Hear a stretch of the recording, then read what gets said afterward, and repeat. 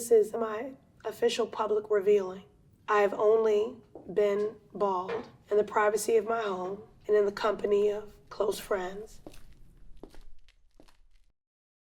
I'm Congresswoman Ayanna Pressley, and this is a word about why my Black hair story is both personal and political. Before I was an elected official, I did everything. I wore wigs, I wore extensions, and then about 4 or 5 years ago, I decided to get Senegalese twist all the way down to my waist.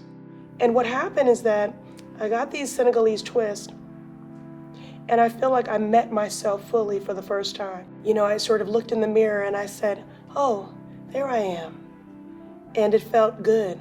So what started out as a transitional hairstyle ultimately became a statement and something that I was very intentional about. And I was very aware this hairstyle would be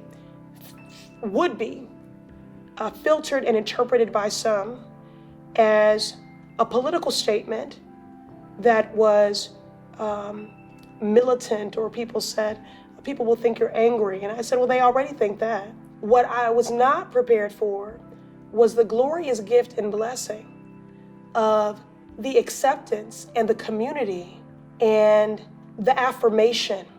Now I walk into rooms and little girls are wearing t-shirts that say my congresswoman wears braids, and we receive letters from all over the globe of women who talk about their own emancipation, that they feel that I've given them permission. My twists have become such a synonymous and conflated part of not only my personal identity and how I show up in the world, but my political brand. That's why I think it's important that I'm transparent about this new normal and living with alopecia. In the fall, when I was getting my hair retwisted, is the first time that I was made aware that I had some patches. From there, it accelerated very quickly. I had been waking up every morning to sinkfuls of hair. Every night I was employing all the tools that I had been schooled and trained in throughout my life as a Black woman, because I thought that I could stop this. I wrapped my hair. I wore a bonnet. I slept on a silk pillowcase. And yet and still every morning, which I faced with dread, I did not want to go to sleep because I did not want the morning to come where I would remove this bonnet and my wrap and be met with more hair in the sink and an image in the mirror of a person who increasingly felt like a stranger to me. And so impeachment eve, the last little bit of my hair came out. I was completely bald, and in a matter of hours was going to have to walk into the floor, the House chamber, House of Representatives, and cast a vote in support of articles of impeachment. And so I didn't have the luxury of mourning what felt like the loss of a limb. It was a moment of transformation, not of my choosing. It is with a heavy heart, but a resolved one, and because I believe our democracy is worth fighting for, I will vote to impeach Donald J. Trump, and I urge my colleagues to do the same.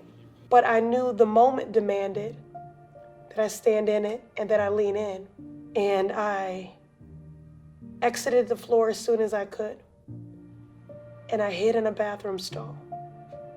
I felt naked, exposed, vulnerable.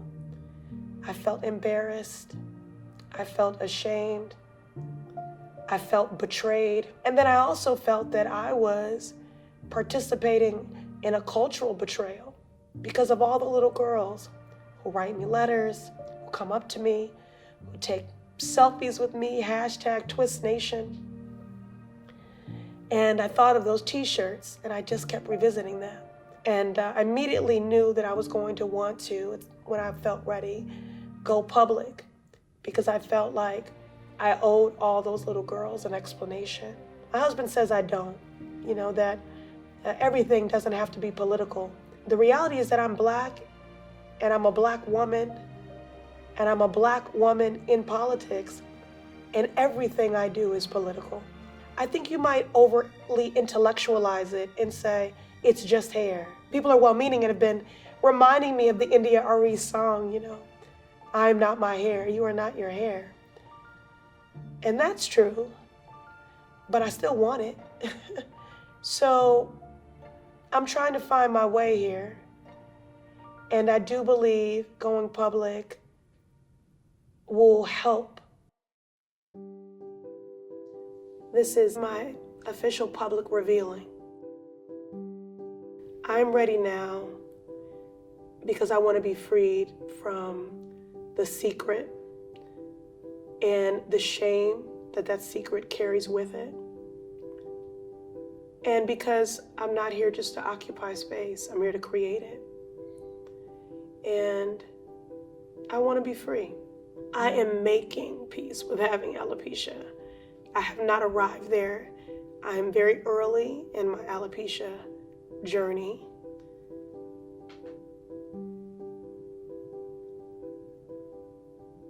But I'm making progress every day. And that's why I'm doing this today. It's about self-agency. It's about power. It's about acceptance. Right now on this journey, when I feel the most unlike myself, is when I am wearing a wig. So I think that means I'm on my way. I've been experimenting, and so I have several units. One I call FLOTUS because it feels very Michelle Obama to me. This one I call the OG because this was the first one.